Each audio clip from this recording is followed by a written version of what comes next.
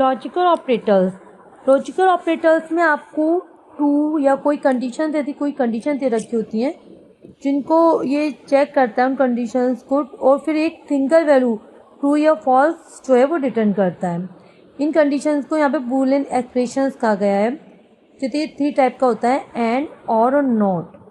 तो जैसे कि एक 1 बाय 1 समझते हैं हम इसको। जैसे एंड वाला लेते हैं हम पहले, 7 greater than 3 and 5 greater than 2।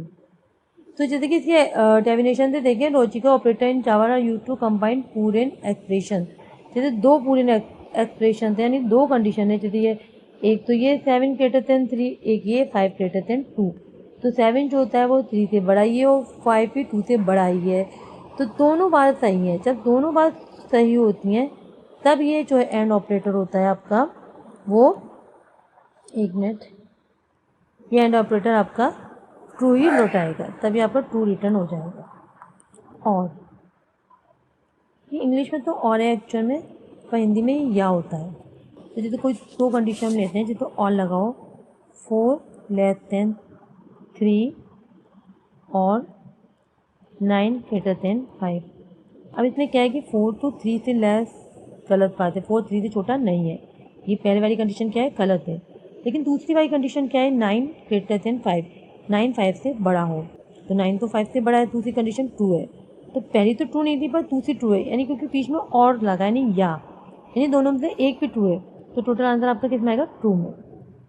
Okay, अच्छा, या दोनों ट्रू हो सकती हैं, दोनों में तो कोई भी एक ट्रू हो सकती है। हम थर्ड वाला लेते हैं, नॉट।